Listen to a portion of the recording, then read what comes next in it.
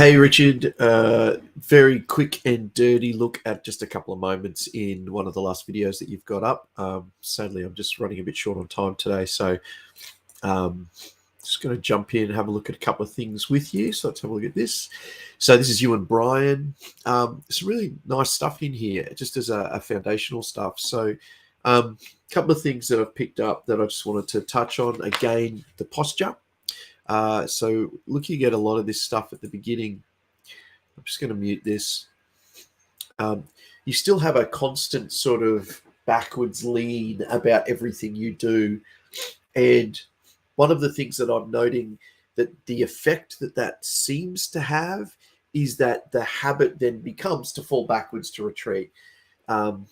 So it's just feels like an instinctive and habitual flight mindset rather than fighting through that flight mindset to stay engaged. There's plenty of opportunities for you if you actually hold your ground and rather than just falling straight back out in a retreat, perhaps having that slightly better posture or even a slight forward lean every now and again where you can actually retreat sideways and around and forward and around rather than constantly back. So I think something to think about there in the sense of that. We've already talked about posture. I know you're aware of it. I can see that you're actually doing some work on that because in this video, the general alignment is much better than it was in that last video that we looked at. But just another tip there on another way to think about it is that sense of I feel like that constant lean because you've also got a lot of plate on and that seems to be creating weight. And I can see that has an effect on your flow and your movement as well. The fact that you've got all the shoulder plates and the higher upper arm plates and the breastplate, there's quite a bit of weight in what you're wearing. And I can see the weight having an effect on your movement. So that's something to just be conscious of. But yeah, so posture and alignment. I'm just going to jump around to a couple of little moments here. Three. No, there's a great example of it. Here we go. Just looking at this fight here. Brian comes in. Brian does most of the engagement in all of these fights. This, dude. Seriously, this. I love what you've done here. And, it was just a natural motion. Brian comes in. It's gone frame by frame here. Just want to really slow this down. Comes in, takes a little bit of a step backwards to try and draw you in, takes a cross step to move around you a bit further. This is something to look for when you're looking at fighting Brian. This is an opportunity moment for you to kill him, or at least attack him and be taking the initiative. His footwork right now, being aligned like this, is bad for him. So if you were to pounce on him at that second, so if you see him kind of, let's just go back 5 seconds. Oh, it's a bit too far. As he steps in, he comes forward and he rocks straight back. If you ever see him rock straight back, that's an opportunity for you to pounce straight on top of him because his feet are, as you can see there, pretty aligned. And that's something for Brian to be aware of. I mean, obviously, feel free to pass this on to him. That is a real opportunity for you to pounce on him because he is off-footed and his balance will be out. He's rolling back, so his weight's shifting back, so he's going to have to reset that before he can come forward. You'll have the opportunity to pounce on him at that point. Everything is going to take extra time for him in that moment to prep, pull, and throw a shot, whether it's a snap or whatever. It's just something to be aware of, that you have that timing break in that moment. So that's just something to keep an eye on. But he steps around, drops the tip down. He's doing a little bit of sword waving.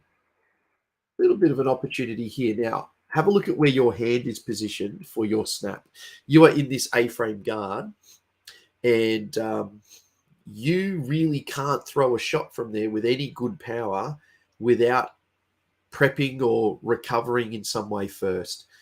There is an opportunity right there for you to snap him. Look at the angle that he has created Let me grab my little special. Where is it?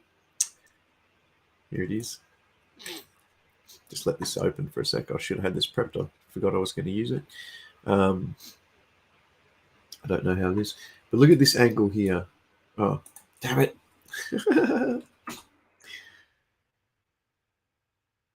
Right, so even from here, oh, go away. Right, that angle there, and this is the weakest part of his shield here, right? So you've got an opportunity there, but you can't throw that shot because your hand is too low.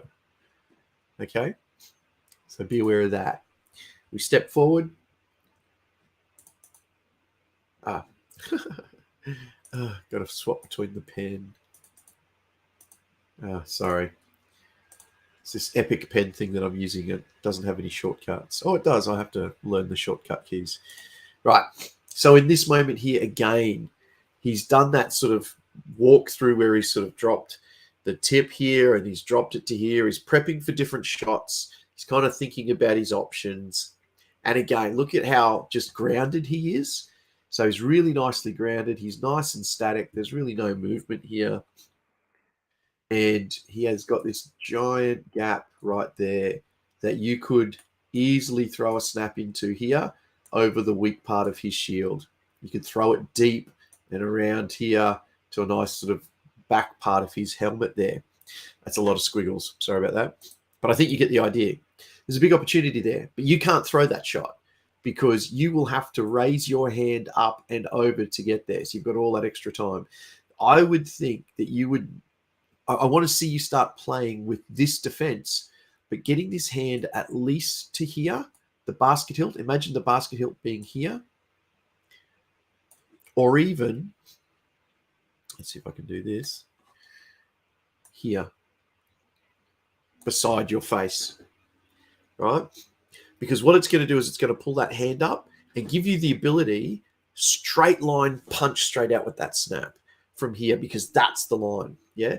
From down here, you've got to lift it to throw it, or you're going to be coming on a forward plane that's rising, and he's going to have a much greater chance of actually clipping the edge of his shield and the corner of his shield. Whereas you can get that same sort of defense with the A-frame with that hand a bit higher. And what I've seen Gabs talk about is dropping the hand forward so that the basket hilt covers that line down to the arm. So a lot of people will hold that. They'll hold this here, and the basket hilt is quite pronounced up, and the arm is exposed. Gabs has got a really great thing where he talks about dropping this on an angle, so it's still up high, but this is just forward a bit, so that the basket hilt is cutting the option out to be able to have someone throw a shot down onto this arm. And if they do, it's more likely going to hit the basket hilt and skip off. So play with that. Get that hand up higher, and you will find that you will have more opportunity to just throw straight out with that snap, right? Using that body to just push the shot and whip it through. Obviously, you're going to flick your fingers at the end to give it the extra whip, but that's all that sort of thing. So big opportunities there for you when Brian is doing that, and something that you can pass on to Brian, that he is creating opportunities for himself to be killed by doing that. However, he steps around. Now, notice how far he has moved before you actually start to adjust. So you're leaving that adjustment pretty late, and that's not a problem. It's as long as you're covered, right? Which you are. So interestingly, see what you've. I don't understand this action here. I need you to explain to me what the purpose of that is. If it's anything other than rolling around to prep that. But the reality is you've gotten up high, which you could have already been high, if that makes sense. So this is just something to really note, is that you're starting with your guard down here, and yet when you're going to prep for shots, you're lifting your hand up here. So is there a way for you to have a guard that actually preps you so you're already there when you're getting close, that as you start to close, that this becomes an action that you reposition to? I don't know. What you do here works, so don't get me wrong. I just think that you're missing potential opportunities to kill your opponent faster because of that opening guard. But what you do here is really great, is you get it up to this position and you actually leave it there. You leave it there for a good long time, and you just make that just perfectly timed this shot as he starts to throw his. Now, obviously, you land, you're falling back in that backward posture, rolling out, and his snap doesn't connect with anything. So you've been able to kind of use the length of your sword as you fall back to connect with the strong part of your sword. So this really nice upper percussion point lands, boom, right there. Slightly off edge, ever so slightly, just to be conscious of that. But and then that fall back, you've timed this beautifully that you've connected and then fallen back, and you've just happened to roll away from his sword. But the thing you really want to note is your shield. So there's a massive shield drift here as you've thrown this shot and opened up. And as you mentioned in the video, it really was just a bit of luck that you happened to fall enough distance that it stopped his sword from connecting with you. And that's all shield drift. So rather than throwing the shot and letting the arm drift out, you want to throw the shot and let the shield drift towards you. So you're counterbalancing it by pulling the shield arm into your body to pull that weight in, and you can pivot like that, and it means that you can keep that shield tip high, that corner high, and it's going to protect your head with much greater opportunity there. But beautifully timed shot. That is just a beautifully timed shot. But a couple of things in there that you can do to improve it, because against somebody like me or a rat or something like that, we probably wouldn't have missed that headshot. So we kind of you lucked out a little bit with Brian's got a slightly shorter sword. He's a slightly shorter guy. His footwork and positioning wasn't really at its optimum in that moment for him to capitalize on that. I'll have a look at Brian's side of it a little bit later and throw some advice that you can pass on to him. But just a beautifully timed shot on your part. And one of the things that helped you do that was that patience, which was just divine. So great work there, but always some things that you could improve on when you're thinking about it. So from that shield position, you almost did die. So some great things to learn. But again, just a really beautifully timed shot. Just so lovely. So lovely. Again, I want to jump real quick to 451.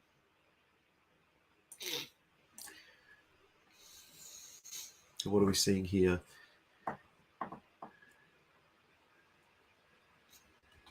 Again, nice patience. Again, a retreat, but that's okay because what you've done with that in this point is he's really advancing fast, and you're letting him come in, and then so he's decided to advance, which he's constantly doing. He's attacking. Let's go 25% because I want to be able to play it at speed, but not step, throw. As you see this really nice body crunch in this shot, and the continual retreat. Now, again, if we look frame by frame, Brian, and you can pass this on to Brian, he's made the mistake, well, not a mistake. He's planted himself. Look at the physicality of Brian. He's actually planted into his knee, so he's sunk forward. He can no longer move forward, right? And he's gone to throw the shot. He's equal-footed. There's no actual hip advantage by having one foot forward over the other in any direction. So that squareness has created the gap for you to throw into, which you have instinctively thrown down, which you mentioned yourself. I don't even know why I threw that shot. I do, because the lizard part of your brain saw the opening and threw it before you even realized, which is an amazing thing. So that's awesome. Brian can't reach you with this shot because you are retreating back, and he is planted. Had he even shuffled his sword foot forward to throw this shot, it would have connected with you. They've actually clipped your shield, but yeah, so he's just planted, right? And he's just bent down. We're going to go retreating, backwards. Oh, he's hopped. I missed that before. So he does a little bit of a jump, lands, and that's when the opening happens. So there you go. Note for Brian: don't jump and land with both feet planted square. I jump now and then. It's not a bad thing. It can be useful. Just got to take care of your landing. You've managed to square that. So just beautiful instinct. Yeah, that's all I really wanted to say there. I mean, obviously, shield position again, the drift, that kind of stuff. But for you, really clear, clean instinct. I wanted to touch on that because you in the video actually went, hey, I don't even know why I threw that shot. I do.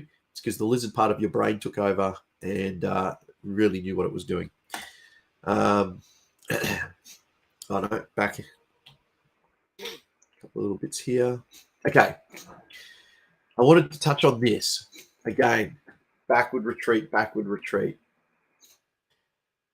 sideways. Now, I get a sense that you guys are trying to stay very much contained within a space like you're in a list field, which is awesome. So a bit of a shuffle here to the left. He follows, big bouncy around to the right. And you keep retreating here and bouncing. So just really look at your footwork here. This is really, I think, what got you killed is that you threw away all control of your footwork. It's not really very like controlled, and you've just opened yourself up, and he's just taken that headshot because everything was bouncing so much. Look at the shield how it dips there.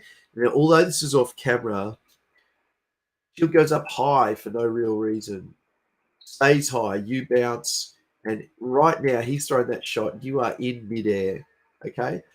And so he's just been able to take advantage of the fact that you've kind of thrown away all control of your movement in this set. So just something to be really conscious of is sometimes you have to move fast and you've got to move dynamically, but don't completely throw all of that out, particularly when he's in that range. Like he's so close, it's not going to be as big angles for him to fight around you. It's easier to get around the shield when I'm face to face with you and you're not actually in a position where you can control your defense very well. And that's kind of what happened here because you're moving so dynamically at such close range. It probably would have been better for you to just stop, plant ground, and use your sideways movement a little bit more refined rather than try and dynamically get out and fly away from this moment, which is what ultimately got you killed. Cool. And there was just one other thing up here. I don't know what I put this number timestamp down for. So again, just a really big backwards lean there.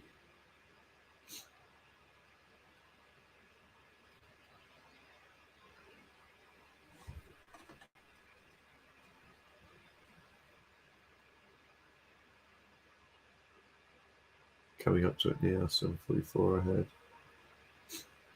Oh, this might be the thrust.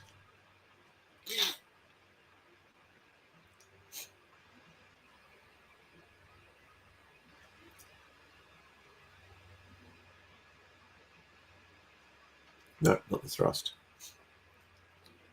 Okay. Brian, big. Oh, this. Yeah, this is what it was. Okay, great. So, this isn't a death or a kill either way, but just something to take note of. You're really watching. There's some really nice little moments here where you've gone to throw something, he's moved out. You've gone, no, there's no point continuing that. Really nice instincts there. And Brian's done this big dip to try and come up to the rising snap. And you have dropped the shield and covered really beautifully here. But I want you to watch what happens with your shield. It's following the shot up. So rather than going, I'm covered, I can wear this shot no matter where it comes in because my sword is here, my shield is here, and allowing him to get to full extension for you to have the opportunity to counter. You have started to close the gap here and follow the sword up with your shield. So at this point, you've thrown away the advantage that you have because you've now contracted stuff and moved kind of around. It's just the way that you've moved in here. But you potentially could have had an opportunity where you had gone, I see it coming. It's a mile away. You block early. Like you really see it coming. Like you see it early and you block it. But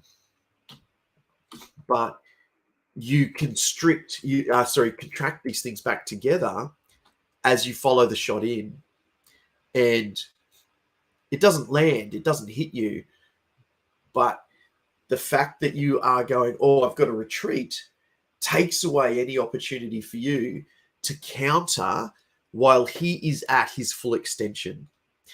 So early on in my fighting career, my defense was the thing that really helped me a lot. And what I worked out was that if I defended super close to my body, that meant that my opponent was constantly landing at full extension.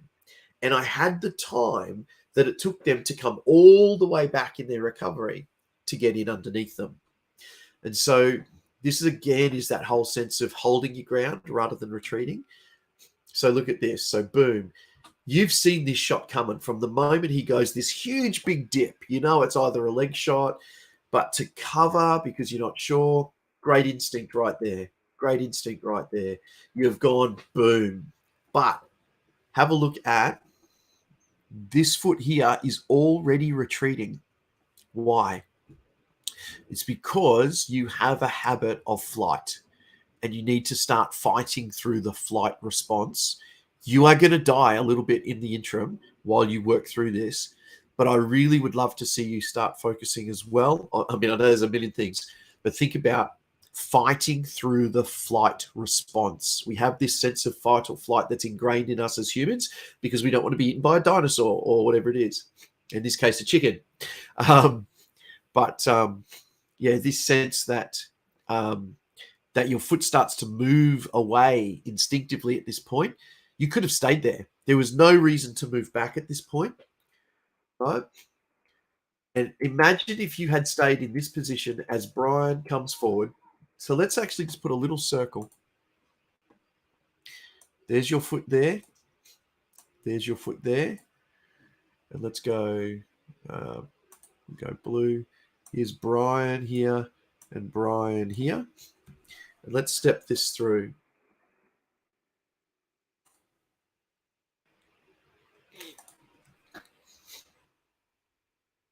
Right, so his feet really aren't moving, but look at how far you've opened up that gap, right? So imagine if you were actually still back here and he's now come in and he's compressed. You can instantly just get from this position here, a quick dip around the back, and you would potentially be throwing a wrap over here. Oh. So he would be in on top of you. Yes, you would be very tightly constrained together, but because he's moving forward and you've just planted, you've got all that time to get your body ready and cock this shot, knowing that this could be available or this could be available or this could be available from this position. So you know you're going to wear this shot, let his sword hit your sword to bounce it out and around and give you the shot momentum to kickstart your shot. Knowing that that's coming, you've got all that time. You've blocked it so early. So if you had stayed there, you have the potential to really read where the shot's going to go and see, it is coming up. Great. If you had planted there, it's quite possible that your shield could have just suppressed the rise and it wouldn't have come up. But then you still have that opportunity to throw that shot. And I would suspect that there would be a nice kind of wrap that could be thrown over the top here, or something underneath the bottom curve of his shield down to the bottom down here. So again, just that sense of fight or flight, and just fighting through the flight response, which is ingrained in us naturally as humans, and we have to fight our way through it. We have to learn to not do that. It's part of the game. It's part of what we do. So you have a very instinctive response of getting out. I would love to see you start with all the other things that you're working on, just holding your ground a bit more and see what opportunities it creates for you, and just getting comfortable with it and getting comfortable with staying there and waiting for your opponent to come through and deliver that shot, weather the storm. And there's a couple of things from today, just very quickly. Sorry, it was not as detailed as I would like, but there's some really key things in there I think that will hopefully be of use. And obviously feel free to pass any of this on to Brian. There's a couple of opportunities there for himself as well. Talk to you guys soon. Bye.